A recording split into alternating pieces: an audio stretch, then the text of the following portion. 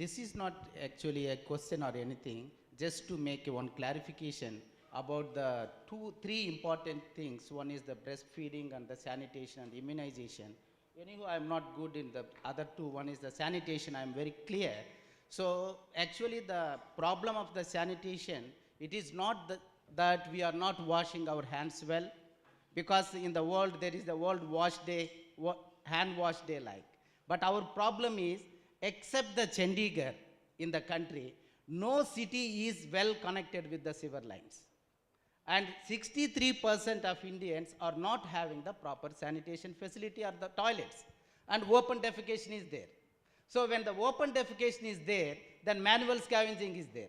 And past almost from 1993 to 2013, 20 years, we are struggling to eradicate the manual scavenging, the community which I hails.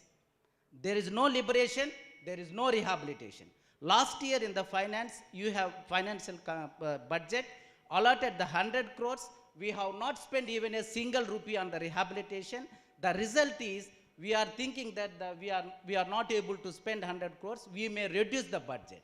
But the result, actually, we have to enhance the budget and we have to see the administration why it is not doing. So my question and my answer for this is, we need a kind of a equity kind of a thinking of the actual development. It is not the equality. If we are not able to liberate the 1.3 millions of the scavengers in this country, we can add on like that. You also mentioned in your speech that the child nourishment is also national shame. We have a habit of adding the national shame. We don't have the habit of resolving any one shame. Let us at least commit one shame with the, we request you to allot the budget for the things, not exactly anything.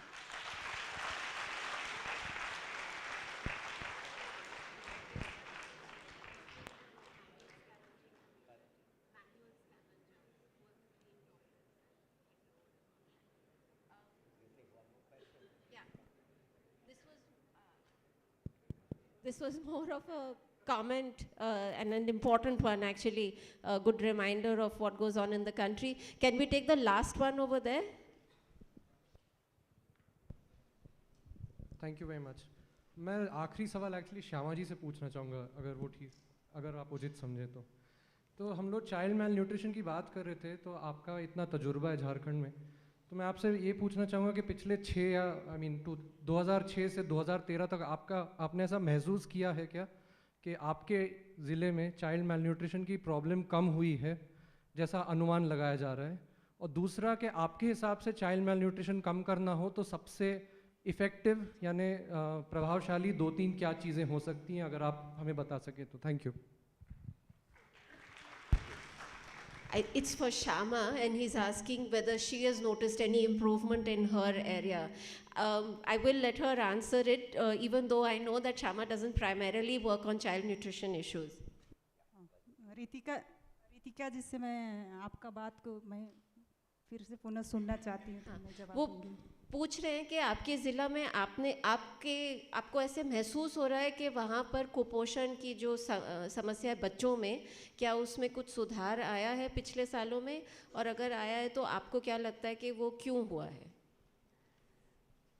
और अगर मैंने actually उनको बोला है कि आप इस पे ज़्यादा काम नहीं करते, तो आपको अगर कुछ कहना है आप ज़रूर कहिए, मतलब ज़बरदस्ती नहीं है. नहीं, थोड़ा बहुत तो काम करती हूँ, ऐसा नहीं है. मेरे सामने जिस तरह का मुद्दा आता है मैं काम की हूँ, चाहे वो ICDS हो, PDS हो, नरेगा हो, महिला मुद्दा हो, मैं काम करती हूँ. तो मुझे लगता है कि इसमें सुधार हुआ है. गांव में, टोले में एक बड़ा राजस्व गांव है जिसमें 3-4 आंगनबाड़ी केंद्र है, और बच्चे वहाँ पे जा रहे हैं और उनका जो पौष्टिक आहार है वो मिल रहा है. और हमें लगता है कि ये आंगनबाड़ी केंद्र चलने से जो बच्चे वंचित थे, मतलब उनका पोषाहार मिल रही है और सुधार हो रही है.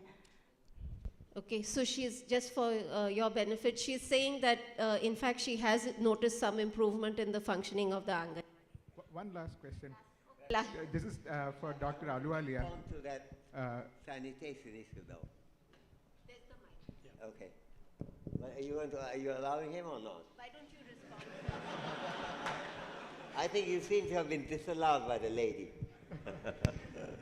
Um, I think what you said is exactly right, but it's the question of what conclusion we draw from it. I think the problem of sanitation is not so much that Indians don't wash hands enough. That has never been a problem. And that we know traditionally also that certain types of diseases, which in Europe were very big, which comes connected particularly with lack of cleanliness, had not been so common in India in the past. Partly because we used to have a lot of water, we still do in some seasons. But I don't think the main problem is there isn't a toilet. So if you're practicing, I don't like using the word practicing open defecation. It seems like a cult conduct. But it's just a compel to defecate in the open. There isn't a tap anywhere around here. You may not have an easy source of water anywhere. So I think the issue of toilets is very important. And let me say something, and I'm delighted you referred to Chandigarh, because that was part of the urban planning, that they had to have the flush toilet. The Indian public is much more interested in missiles than in flush toilets. That we have to recognize. And there's nothing to prevent if the courts passed. I had to give a lecture in the Calcutta High Court, which celebrated 150th year of its founding, the oldest High Court in India. And there are certain, it's not up to them, it would be for the Supreme Court, but the Calcutta High Court could begin or others could begin. If you say that there are a lot of houses being built, luxury apartments where the servants' quarters, but no toilet. Now, if you outlawed that on grounds it's a violation of human rights, you would immediately get rid of it. I don't see any reason why we don't do it. They're all it's nothing to do with the Indian habits being so, our incidence of typhus, that's one of the diseases that you look for, doesn't indicate there has been a problem. But the lack of toilet is certainly an enormous problem. The other question, scavenging and the latrine cleaning community, is connected with two issues. One is the caste system, which is very big, and this is of course one of the things we discuss in the book, how its legacy remains. But the second, and don't overlook that, is the issue of wage rise. Now, wages are rising a little now, but as I mentioned, the Chinese wages has risen about 7 times as fast as the Indian. One of the reasons why these jobs get out of that, and instead of that it becomes cheaper to have a flush toilet, is because you cannot hire people at a very low wage to do utterly unacceptable work. But they will do utterly unacceptable work at low wages if there's nothing else they can get. And that's why it's very important temporarily even to have such things as employment guarantee. But in the long run, to make sure that the wages rise along with economic growth.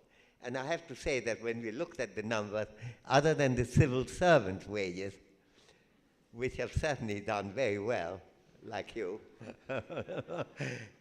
most of the, particularly rural wages, now there's a little life on that, but over the years it's really grown extremely little.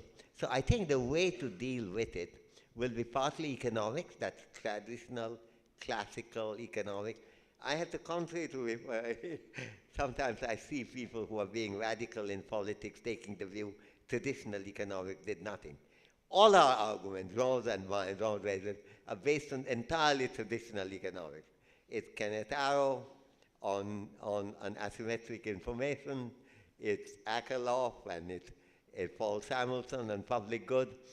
I think all these indicate the way of dealing with it, which is to make these jobs not economic because the wages rise, and then you go for the flush toilet, it's cheaper. You can make it easier by demanding flush toilets, especially when you're building, as Chandigarh chose it, because that was part of the planning. I was very involved in that as a curious young onlooker then.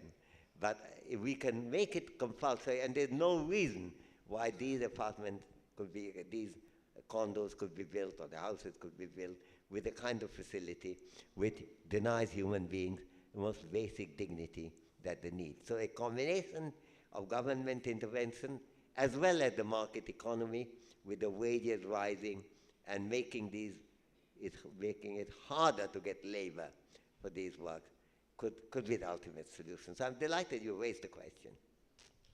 At this point, I'm afraid I may have to go, but... Okay, I won't keep you any longer, but I do want to spend half a breath on thanking a whole bunch of people, including the Department of Humanities and Social Sciences for hosting this event, and the Indian Institute of Technology. I want to thank the Institute of Economic Growth briefly also, because that's where I currently am, only from IIT Delhi. Most warmest thanks to all the student volunteers who've been helping out. And actually there's an invisible hand also sitting in Shantiniketan, I believe, at the moment, that helped to organize this event, and that's Jean Dress. Finally, obviously, the thanks go to both the speakers and the audience for making it here and listening so patiently in spite of the discomfort. And with that,